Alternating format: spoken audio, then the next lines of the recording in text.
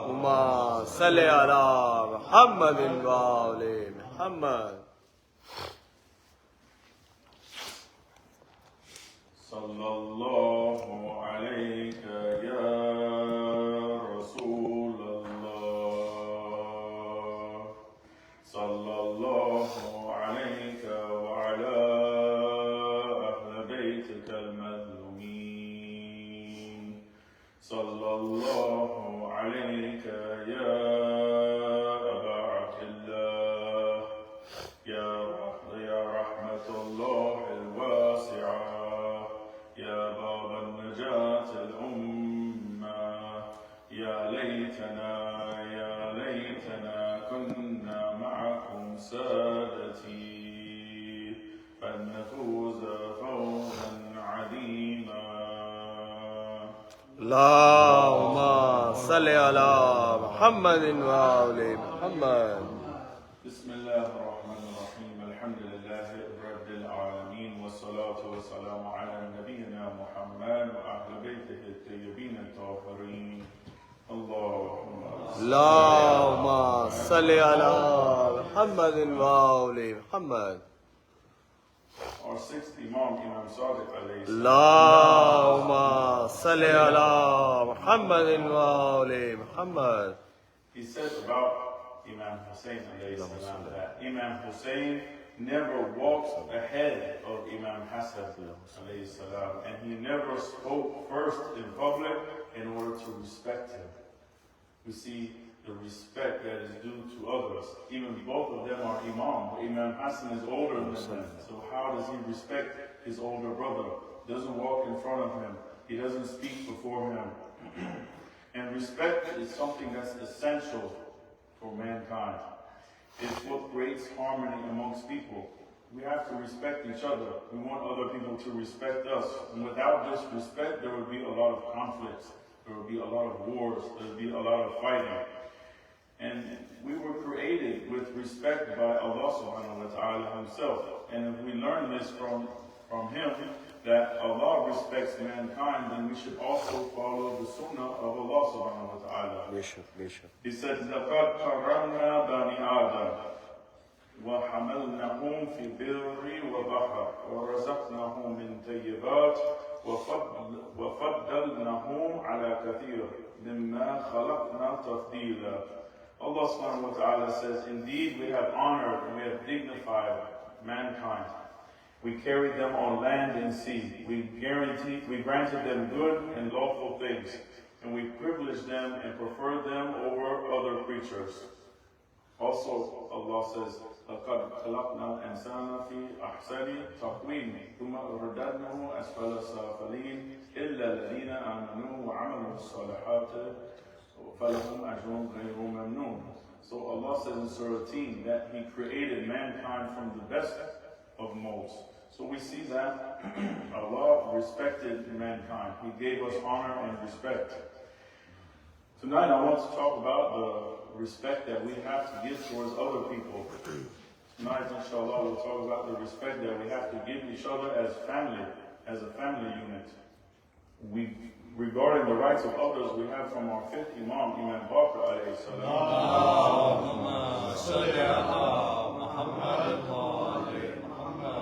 He said, Allah has not given superiority to a mu'min in three cases. In these three cases, it doesn't matter, mu'min or kafir. The first is to return what has been entrusted to you for safekeeping. Someone gives you something, you have to give it back to them. It doesn't matter, mu'min or kafir. Second is fulfilling an oath, whether it is given to a mu'min or a kafir. Third is to do good to your parents, whether they are mu'min or kafir. It doesn't matter. We have to respect these rights. So regardless of a person's faith, we have to keep our word. We have to stay true to what we say. We can't take advantage of a person just because they are a disbeliever, for example. They don't have the same faith that we have. And we have to remember that our interactions with other people of other religions will determine either if it attracts them towards Islam, or maybe we could push people away from Islam. Na'udhu billah. We have to ask Allah subhanahu wa ta'ala to protect us from setting a bad example for other people and allow us to follow the best examples that Allah sent for us, Muhammad and Ali Muhammad alayhi salam. Allahumma salli ala Muhammadin wa ali Muhammad. This is from all of our imams, basically. These respecting the rights of other people. I'll give you 3 examples. They are similar, but from different imams. First one from our 4th imam. He said, by him who has sent Muhammad as a prophet of truth, even if the killer of my father, Hussein ibn Ali, entrusted me with the sword that he killed my father with, I will surely give it back to him. SubhanAllah. Imagine that. What type of taqwa we have to have. If someone came to us and he killed our father and said, here is the weapon, we would probably take that weapon and kill them with it. But Imam says, I will give it back to them. I will hold it as a trust. Our 5th Imam says, abide by taqwa, diligence, honesty, and fulfill the trust of the charitable as well as the sinful. Even if the killer of Ali ibn Abi Talib deposits a trust with me, I will surely keep it for him. Our 6th Imam, you should know I will fulfill the trust even if the killer of Ali deposits something with me or seeks my advice or seeks my consultation. Return whatever you were entrusted with to its owner, even if the owner was the murderer of Imam Hussein. So it shows so much importance on keeping this trust with other people. It doesn't matter who they are. We're Muslim. We have to abide by our covenants, stay true to our word, and stand on the principles that Ahlul Bayt have taught us. So there's different categories of people that we have to respect. Inshallah, the first one we'll talk about the respect due to parents. And kids, they have to pay attention to this part a lot, inshallah. So there was a man named Zakaria ibn Ibrahim, and he was a Christian. Later on, this man, he became a Muslim, and he had the honor of meeting Imam Sadiq alayhi salam. Allahumma salli ala Muhammadin wa ali Muhammad. He told the Imam, he said, my mother is elderly. She is sick and she is also blind. What should I do with her? She is not a Muslim. She is still a Christian. Imam advised him, he said, serve your mother well. Behave kindly with her. And when she dies, don't leave her body to others and you perform the funeral prayer yourself.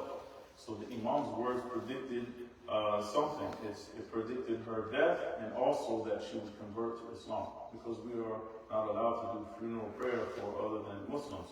So Imam is telling him that his mother will die on the path of Islam. So when he went back to Kufa, he began being very nice with his mother, serving her, doing all sorts of things, and he fed her even with his own hands. He changed her clothes, he washed her, he took care of her, did everything. Every possible way he could do something for his mother, he made sure he did it. So his mother's pretty shocked, this is very different than the way he was before. So she asked, how come is it that now you're serving me day and night? Every single thing I want, you're doing it for me. What changed? What happened to you? He said, oh, my mother, I have a master who is the son of the Prophet of Allah, and he advised me to serve you in this way. She said, is he a prophet? He said, no, he's the son of a prophet. She said, such a person must be a prophet because only prophets teach this type of akhlaq. So he explained to his mother that the chain of prophethood ended with Rasulullah sallallahu alaihi wasallam. Allahumma salli ala Muhammadin wa ali Muhammad. The seal of the prophets, and he said, the one who guided me to this is the son of the prophet. So his mother said, my son, the religion of Islam that you have embraced is better than my religion and all other religions. She said, teach me too so that I can become a Muslim. So Zakaria taught her, and this is due to his akhlaq. This is how we affect other people with our akhlaq. So he told her to recite the Shahadatain, La ilaha illallah Muhammadur Rasulullah. So she did this, and then he started teaching her the beliefs of Islam. And then she made her Dhuhr and Asr prayer, she made Maghrib and Isha, and that same night, the death is approaching her. So she told her son, dear son, recite to me again all the things that you have taught me. Tell me all of those things again. She really liked the teachings of the Prophet. So while she was listening to this, she passed away and she died on the path of Islam. And it's due to the character and the behavior that he had with his mother, how he treated his mother. Our fourth Imam, he says, the right of your mother is that you know that she carried you where no one else carried you. She gave you the fruit, she gave to you the fruit of her heart, which she gives to no one else. She protected you with all her organs.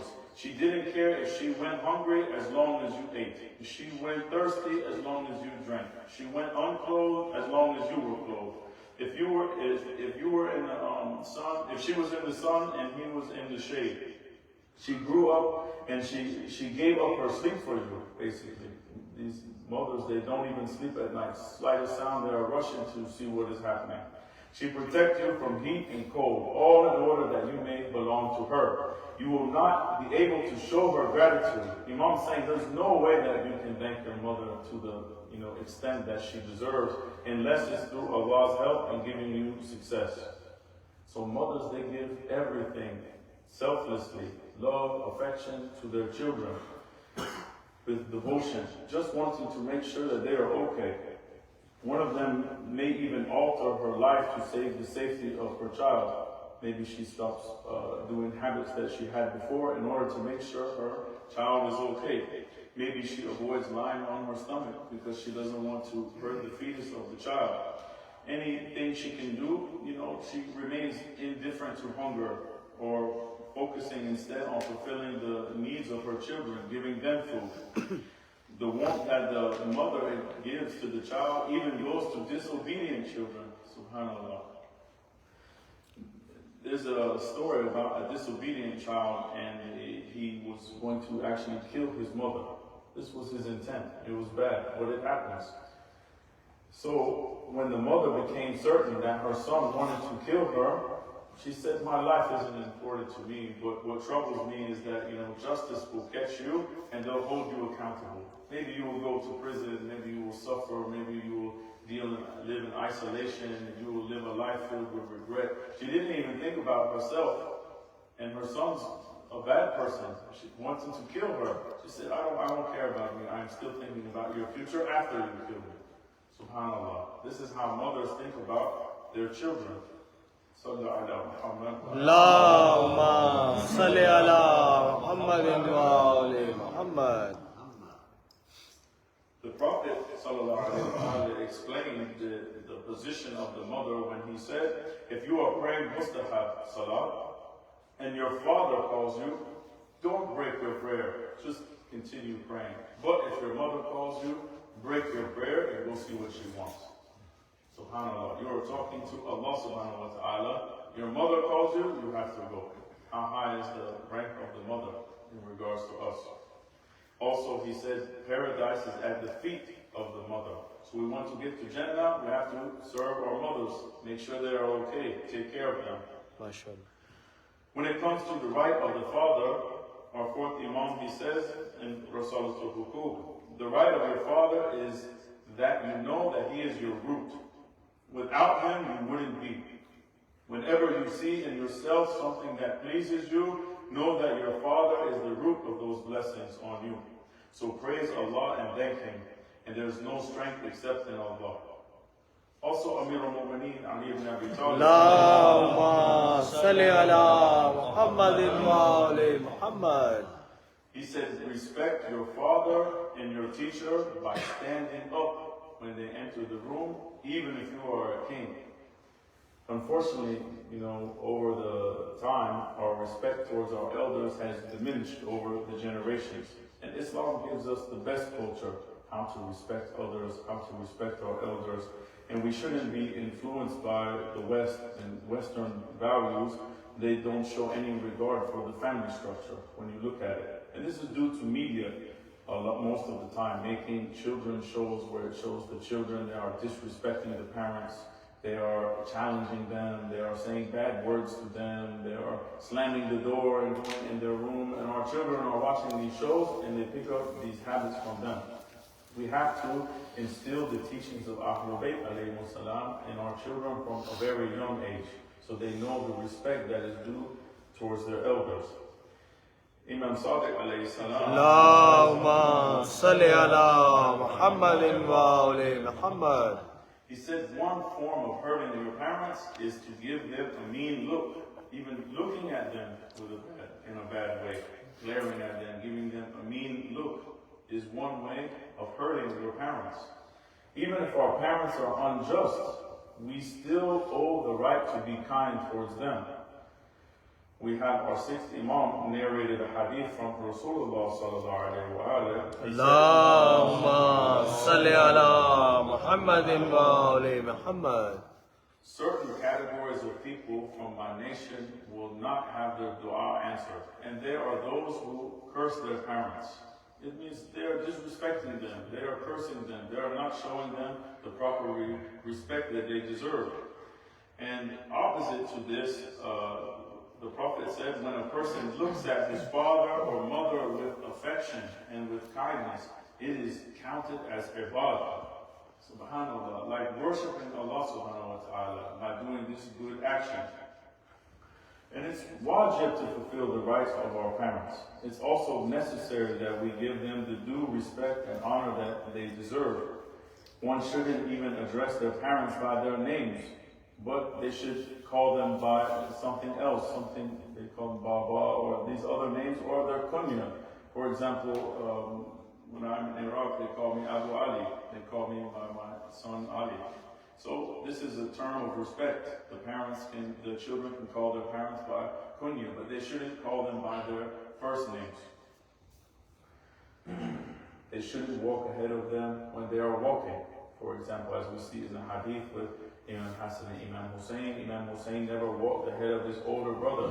We shouldn't walk ahead of our parents if it's looked at in a disrespectful way. For example, if the earth or the common practice were to someone see that, they would say they are disrespecting their parents. In this way, we shouldn't walk ahead of them. We shouldn't sit down before them. We shouldn't start our meals before them. This is all from the culture of Islam. اللهم صل على محمد وآل محمد. We have respect that we have to give to our spouse.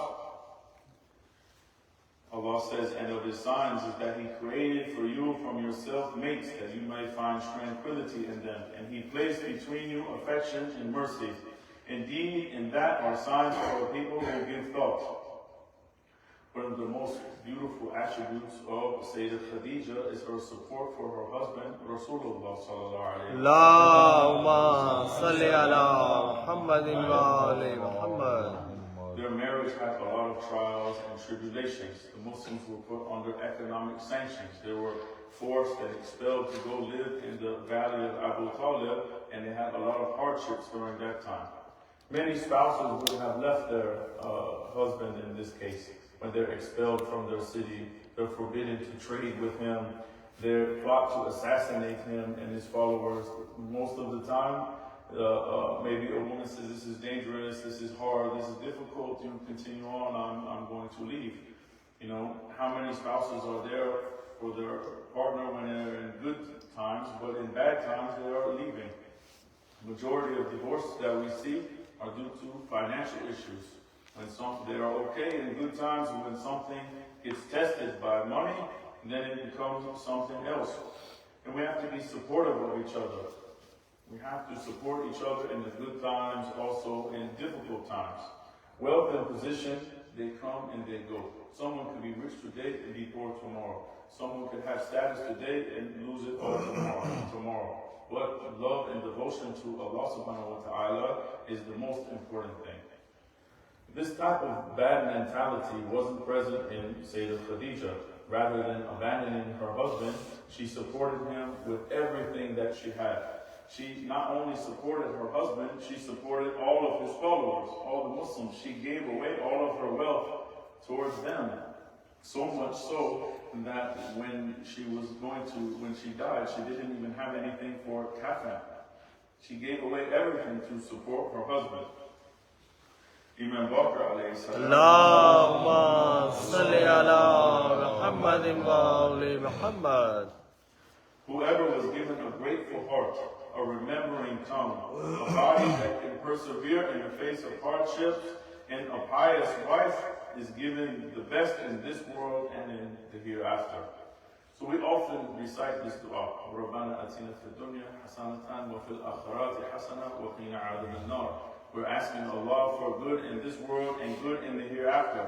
But the Imam has shown us what is good in this world, in this hadith. A grateful heart, a remembering tongue, a body that can persevere in time of hardship, and a pious wife. But oftentimes, how many times do we think about these things? We want to be grateful to Allah. But we should be thankful for these because these are all bounties from Allah subhanahu wa ta'ala. If we have a good wife, we should thank Allah subhanahu wa ta'ala for that. Imagine so many others we read in history, they had wives that assassinated them or plotted against them or treated them badly. We have a good wife, we take it for granted, we have to say Alhamdulillah. We have to be grateful. We have to show love towards our spouse. And love is requiring action. It's not just saying it. You say, okay, I love you, but you don't do anything. But we say we love Allah subhanahu wa ta'ala, but we never make salah, we don't pray. What type of love is that? When we say that we love them, we have to show it by displaying it more than words. If we just say our words, it's just an empty statement. We have to make sure that we are taking care of them. And one of the things that's mentioned in the riwayat is that causes torture in the grave is the problem of bad character, bad attitude. This is a common problem. And most people suffer from this problem of having a bad attitude. Sometimes we think that having a good attitude or good character means that we should greet others before they greet us. We should always smile at other people, for example. This is only one aspect of it. But good character is a method. It's more than this. We see that a lot of people have problems with their spouse. And a woman suffers from problems from her husband, for example. And we see that it is narrated that the jihad of women is dealing with her husband in a polite manner. SubhanAllah. It's so hard to deal with us that it is counted as jihad for them. SubhanAllah. For example, there's someone in the house, they want to force their opinion. Their opinion has to be the right one. No one can argue with them whatsoever. Whatever they say, that is the law, and they lay it down. But we have a riwayat that says a believer eats what his wife desires, and munafiq forces his wife to eat what he wants to eat. So what are we going to eat today? The man says, we are going to eat this because he's the dominant one in the house, and this is what he wants to do. And this is not good character. And the riwayat says character of munafiq, to force the opinion on the other. If your wife asks you what you want to eat, say, I want to eat whatever you want to eat. Be easygoing, Take it easy with them. They say, okay, where do we want to go? Summer vacation. One person says, I'm going to go here. The other person says, I want to go there. Go wherever they want to go. Don't be confrontational with each other. Be easygoing with your wife, and inshallah, the same goes for her. She has to be easygoing with you. If we have free time, we have to help ease the burden of our wife. Because most of the time, they are feeling overburdened. They are taking a lot of time, taking care of household responsibilities, taking care of the children. Sometimes she just needs some time to herself. And it doesn't mean like, okay, go to a grocery store. That's your time for yourself. No. Maybe she needs to go out and go for a walk. Maybe she wants to go out and have a coffee or a tea. She needs some time to recenter herself and refocus and come back. Good character, it means that we shouldn't harm others with our words, directly or indirectly. We shouldn't be emotionally abusive, for example, saying bad things to our spouse, putting each other down. And this character problem is one of the things that leads towards torture and barzakh in the grave, and also unhappiness in this world. A man or woman who lives in this way, they are unhappy in their own house. A man is not pleased with his wife, wife is not pleased with her husband. Some people enter the house and their kids are shaking out of fear because they are afraid how their father had a bad day at work and maybe he's going to beat them when he comes home. Some people, they feel like this when their father leaves the house, they are relieved. They say, he is gone. You know, this is like the spirit of Saddam, like a tyrant, or like Yazid, actually. He is pious around other people, but in his own house he is a tyrant. It's very dangerous. Also, on the other side, the women, they also have to know that the man is very stressed. Maybe he doesn't show it, but he's very stressed. All of us in here, we have a lot of things that people don't see, and we don't show them. He has a lot going on in his mind. He has bills he needs to pay. He has to do good at his job. He has to perform well. He has to figure out, how can I spend time at work and earn money and also spend time with my family? How do I pay for my children's education? How to pay attention to my wife and give her time also, and meeting her needs, serving the community, and the list goes on and on and on. So many things. We are carrying around a huge bag of problems and stress that we might not see. And because he says he is all right, he just says this because he doesn't want them to know all the things that he is dealing with, so that way she doesn't worry about those things. Most of the time, the man, he is feeling alone. He's carrying these burdens. So we have to ask the spouse, the wife, not to cause more stress to the husband by making the household a difficult place to be. The wife has to make the household a place of peace, a place of tranquility, so that he feels relieved when he goes home from a hard day at work. Some men, they dread going home. They don't want to go home, because they know as soon as they get home, they're going to face more difficult problems, even more than they did at their job. But we have to create a good family environment that's built on understanding and mutual respect. One that we both want to go home to. When we get off of work, we should look forward to going home. Not, oh my God, I have to go there, and how many other things are going to be there when I get there. We have to both want to go to the same house and look forward to spending time with our spouse. Allahumma salli ala Muhammadin wa ali Muhammad. When it comes to the rights of children and respect due to children, our fourth Imam said the right of your child is that you should know that he is from you, and he will be ascribed to you through his good deeds and his bad deeds. So the father, from the very beginning, he has to realize that the child is a part of him, an extension of him. Our first Imam, Imam Ali alayhi salam, Allahumma salli ala Muhammadin wa ali Muhammad. He advised his son Imam Hassan alayhi salam. He said, I found that you are a part of me. Rather, I found you that you are my whole entire self. To the extent when something affects you, it is as if it has affected me. This is the close connection between the father and son.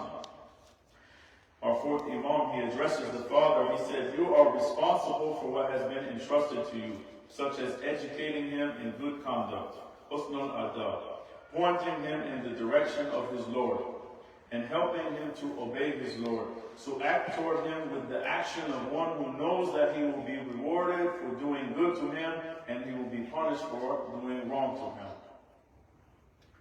There's a wrong expectation, for example, that many children should learn their ahkam or their religious matters for something that is free of charge, for example. They say that, okay, they have to learn it and they should learn this for free.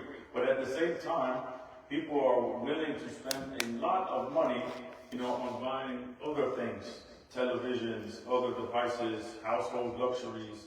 And it may seem unreasonable to them to put a little bit of money aside to hire a teacher or a religious scholar to teach them ahkam, to teach them Quran, to teach them hadith, for example.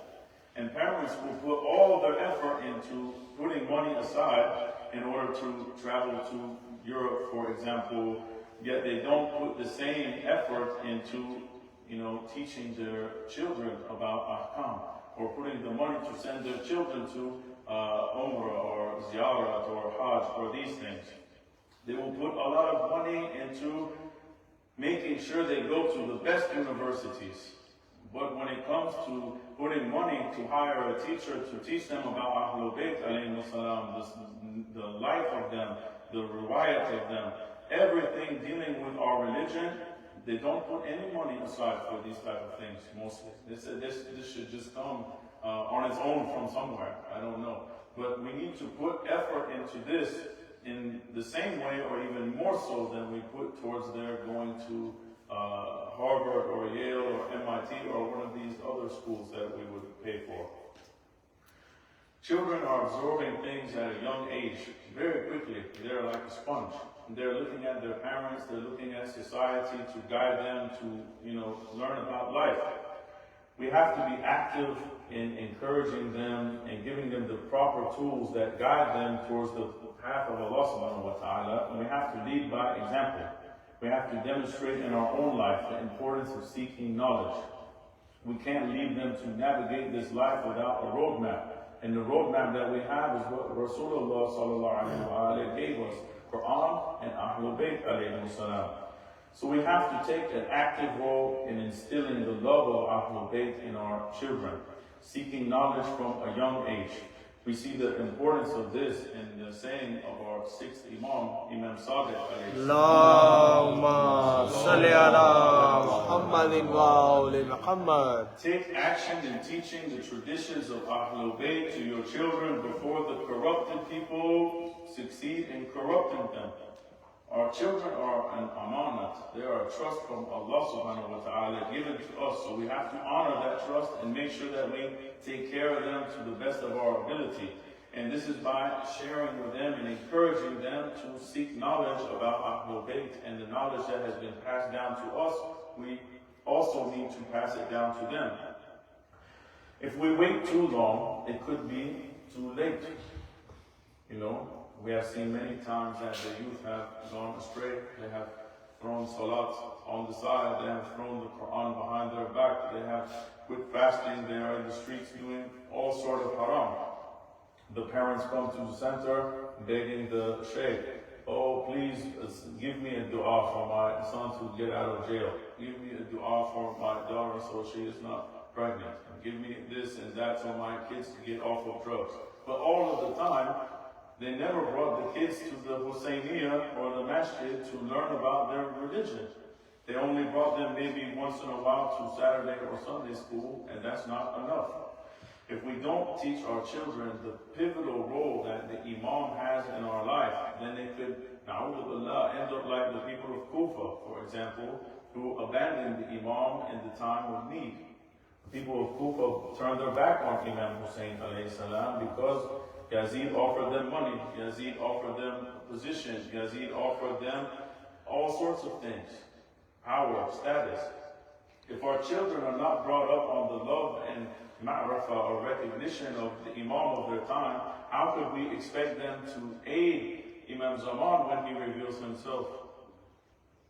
They have to know about the Imam, and they have to love the Imam. And what we find from Rasulullah sallallahu alaihi wasallam, Allahumma salli ala Muhammadin wa ali Muhammad. if a person dies without knowing the Imam of their time, they will die the death of Jahiliyyah. There's no age requirement that we have to wait to start teaching our children about Allah and Rasulullah and Ahlul Bayt alayhi salam. We have to talk to them kindly and gently and not degrade them when we talk to them. We shouldn't talk down to them. We have to talk with them with respect. They're at a tender age that they need encouragement. They need validation. And we need to guide them towards the path of truth. They should see us praying in our homes so that they should see how salat is done. They will follow you, and they will mimic you, and they will love to come and they will run to join you in salat. But if they only see us pray here in this place, for example, they will get in their mind, we only pray in the Husayniyah, only in that place. We only pray on Friday and Jummah, for example. We only pray in Ramadan or Muharram or these things. They will get a bad idea from an early age.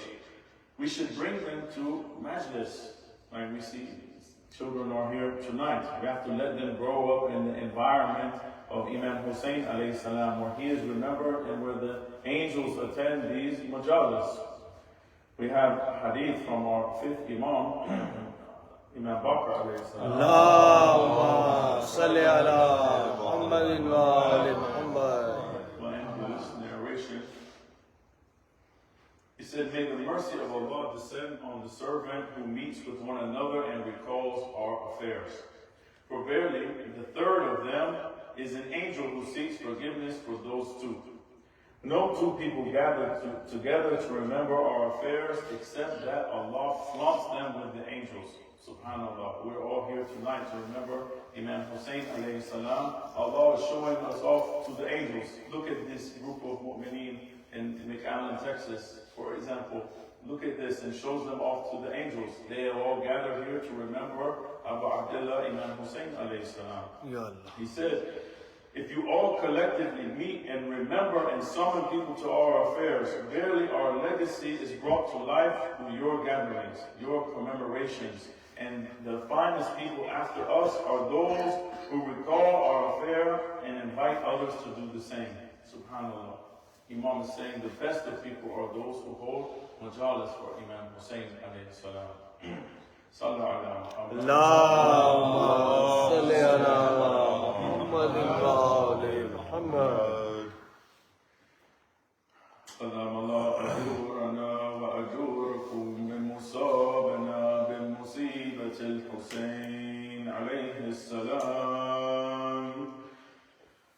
When we think of respecting the rights of our family, we cannot help but to think of Muslim ibn Aqil, who gave away everything in the cause of Imam Hussein. He even gave away his own sons for the sake of Abu Abdullah.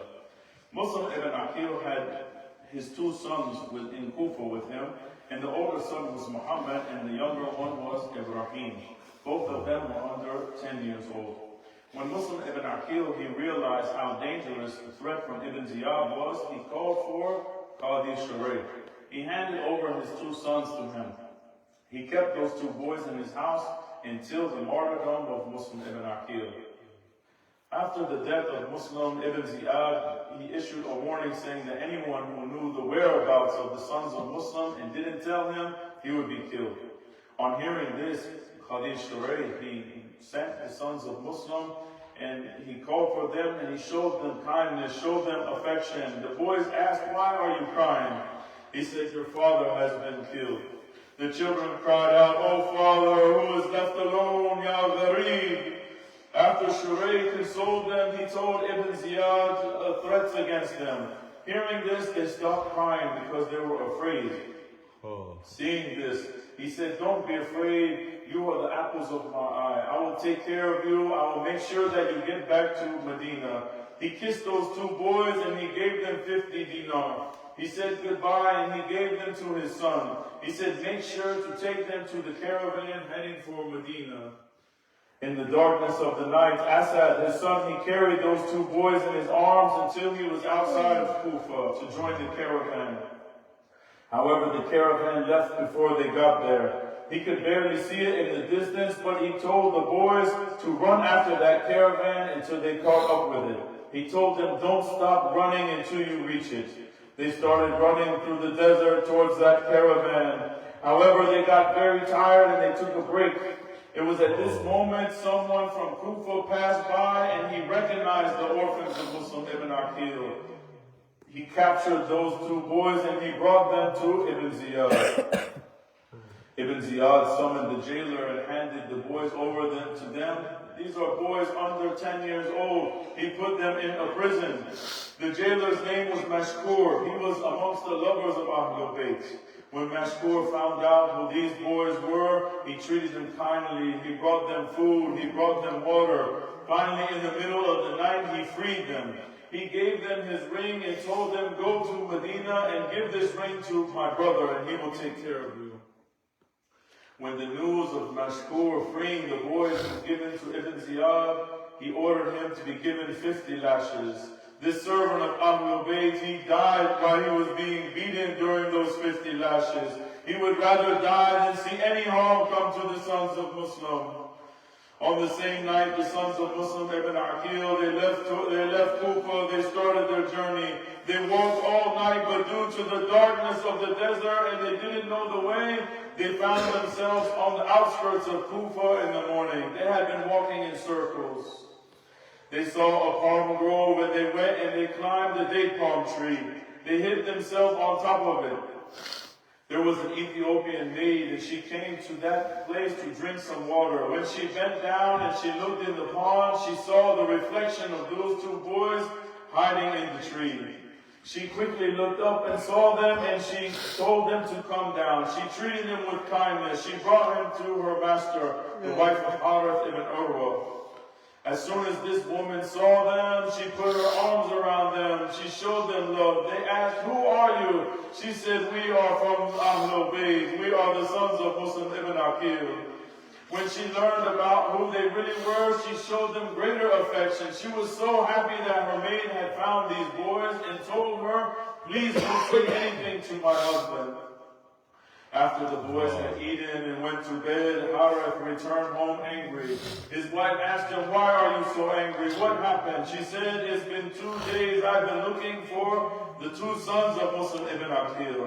It's been announced by Ibn Ziyad that the one who captured those boys would be given a great reward. But I looked and I looked and I couldn't find them. Even my horse died from looking for them."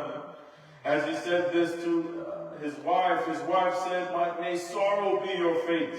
Fear Allah on the day that Rasulullah will be your opponent. Don't harm these children from the family of the Prophet." He told her to be quiet. He said, "If I found them, I would get so much gold and silver from Ibn Ziyad." After eating his dinner, he went to bed. Muhammad and Ibrahim were asleep in one of the rooms. Suddenly Muhammad, the older brother, he woke up. He had a nightmare. He said to his brother Ibrahim, "Wake up, brother. I just had a dream. I'm afraid we'll be killed soon. I saw Rasulullah with Amir al-Mu'mineen, with Al-Hassan, with Al-Hussein, with Fatima Zahra, sitting in the Jannah with our father. Rasulullah, he looked at us in our dream and he started to cry. Then he turned to our father and said, 'Ya Muslim, how could you leave your sons with the enemies?' At this our father said that we will be united with him tomorrow. Ibrahim, he said, 'I had the same dream. Then the children, they're all alone. They're hugging each other in the darkness. They are afraid. They don't know what will happen to them.' Harith, this evil man, he heard this and he woke up from his sleep. He held the candle and he went inside the room. He saw two frightened children in the corner of the room hugging each other. He said, 'Who are you?' They answered, 'We are your guests. We are the family of Rasulullah. We are the sons of Muslim ibn Aqil.' Harith shouted angrily, 'I've destroyed myself, even my horse looking for you, but you were inside my own house.' Harith, he began to slap the children, 'Ya Allah.' Then he tied the children's hands and feet and he pushed them into a corner of the room. Harith's wife came in and kissed her husband's hands and feet. She begged him not to do anything. She said, 'These are orphans from the family of Muhammad. These are our guests.' However, he had no compassion. He remained tied in the corner of that room all night. Ya Allah. In the morning, Harith, he came with his sword in his hand, along with his son and his servant. He took the two sons of Muslim ibn Aqil to the banks of the Furat. Harith's wife was crying. She was begging him not to do it. However, when she got near them, Harith would push her away with his sword. At the Furat, Harith gave his sword to his servant. He ordered him to behead the children of Muslim ibn Aqil. The servant refused to do it, so Harith killed his servant. After this, he handed the sword to his own son. He told his own son to behead the children.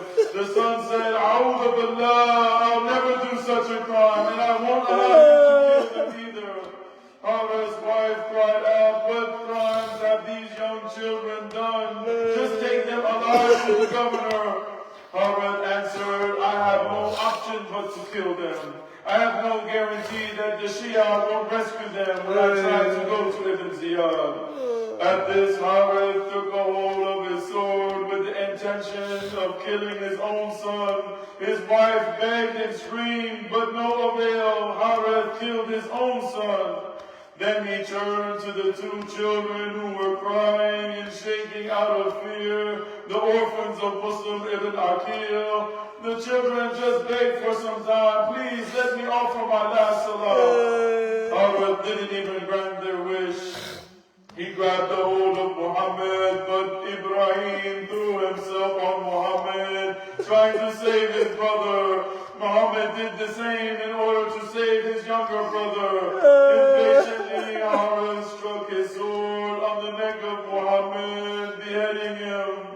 Ibrahim, he grabbed the head of his brother in his lap. He had the blood of his brother all over his face. This is the way that he would meet Rasulullah. As he wept over his brother, Harith struck the neck of Ibrahim, cutting off the head of this helpless orphan. Wa wayla wa musibata.